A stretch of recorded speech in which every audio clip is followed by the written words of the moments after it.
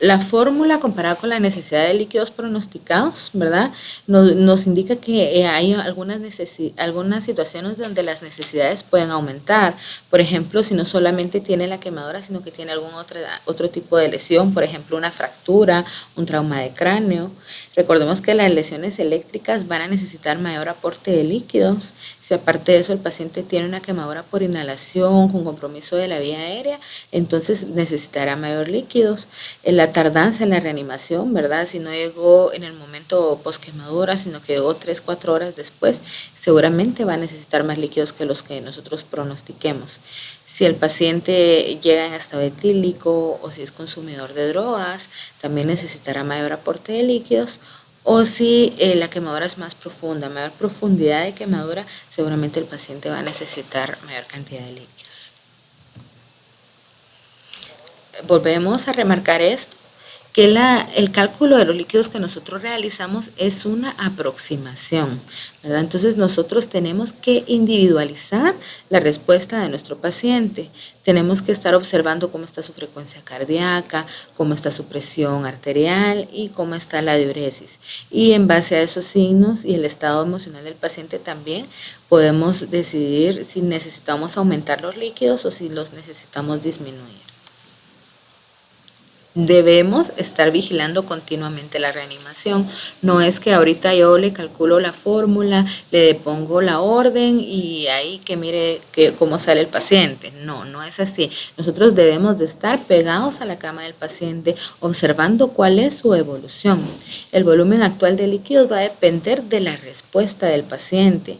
Recordemos siempre que va a ser más fácil infundir más líquido que extraer el exceso de líquido que nosotros en algún momento podemos administrar. Lo mejor es tratar de minimizar el volumen y la carga salina manteniendo una adecuada perfusión. Vamos a prevenir entonces la falla renal aguda y bajar la incidencia de edema pulmonar y edema cerebral. El gasto cardíaco comúnmente es normal en este tipo de pacientes, sobre todo al terminar el primer día después de la lesión, pero si nosotros vemos una alteración en el gasto cardíaco, debemos considerar que puede haber un infarto o una insuficiencia miocárdica y ya van a meritar una vigilancia invasiva. La condición general del paciente va a reflejar una reanimación adecuada. Nosotros debemos de estar continuamente evaluando el estado mental de cómo está el paciente. Si nosotros vemos que el paciente está ansioso, con inquietud o está en un estado somnoliento, ¿verdad? Eso nos va a indicar que la reanimación es inadecuada porque puede ser un signo de hipovolemia y de hipoxemia. Entonces, nosotros siempre que estemos administrando la reanimación hídrica en el paciente con quemaduras, debemos colocar un catéter urinario para permitir un mejor control de la diuresis. La diuresis que nosotros esperamos en un paciente adulto es de 30 a 50 ml por hora y en pacientes pediátricos que pesen menos de 30 kilos de 1 ml por kilo hora. Si disminuye la diuresis, nosotros podemos aumentar la cantidad de líquidos calculados y si aumenta mucho la diuresis, eso quiere decir que nos estamos pasando de líquidos y entonces podemos ir disminuyendo la cantidad de líquidos que estamos administrando al paciente.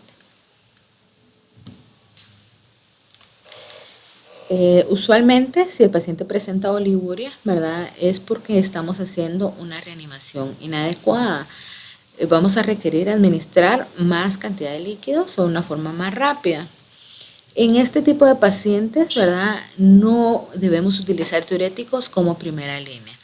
En la mayor parte de este tipo de pacientes, la oliguria va a ser secundario a una inadecuada reanimación hídrica.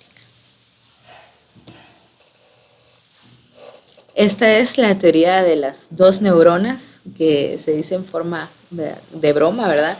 Porque se dice que si nosotros tenemos una neurona para poder estar observando la diuresis y otra neurona para poder estar disminuyendo el líquido, ¿verdad? Pues que con esos dos ya podemos manejar adecuadamente al paciente. Pues se dice en forma de broma, pero si nosotros estamos vigilando adecuadamente la excreta urinaria, pues nosotros vamos a estar controlándolo adecuadamente, ¿verdad? Si vemos que aumenta mucho la excreta, nosotros podemos ir disminuyendo los líquidos. Si vemos que disminuye la excreta, podemos ir aumentando los líquidos. Eso nos indica que debe ser una observación constante, ¿verdad? No debemos de dejar al paciente de lado, sino continuamente estar vigilando su excreta urinaria y su frecuencia cardíaca, su presión arterial, y vemos también cómo está su estado de alerta. Vamos a encontrar que en algunos pacientes podemos encontrar hemocromogenuria, que es la presencia de mioglobinuria y hemoglobinuria en este tipo de pacientes. Eso puede ser consecuencia de la lesión eléctrica de alto voltaje o trauma mecánico de tejidos blandos. Debemos administrar líquidos para mantener una diuresis de 75 a 100 ml por hora en adultos. La adecuada hidratación nos va a aclarar la pigmentación urinaria y elimina la necesidad de diuréticos. Entonces, en este tipo de, si nuestro paciente llega a presentar este tipo de coloración en la orina, entonces debemos de pensar que ya tiene presencia ya sea de mioglobina o de hemoglobina, ¿verdad? Y como veíamos acá, ¿verdad? Debemos de pensarlo en pacientes que tienen algún traumatismo asociado o en pacientes que presentaron quemadura eléctrica. Raras veces en este tipo de paciente vamos a tener que agregar manitol, ¿verdad? Sí se podría utilizar en algún momento el diuréticos para aclarar la orina, ¿verdad? Pero recordemos que si lo utilizamos ya la diuresis horaria no nos va a servir como una guía para la reposición de líquido, ¿verdad? Se puede utilizar también bicarbonato de sodio agregado a los líquidos intravenosos para alcalinizar la orina. La presión arterial, como habíamos dicho, es útil para el monitoreo, pero no nos debemos de basar específicamente en la presión arterial para decir si el paciente está con una reanimación adecuada, porque si nosotros estamos midiendo la presión en una extremidad quemada, puede engañarnos, ¿verdad? O si el paciente tiene mucho edema, ¿verdad? La señal auditiva va a ser baja por esa presencia de edema. Entonces, sí se debe de estar monitorizando, pero no se debe utilizar como una guía exclusiva para la infusión intravenosa.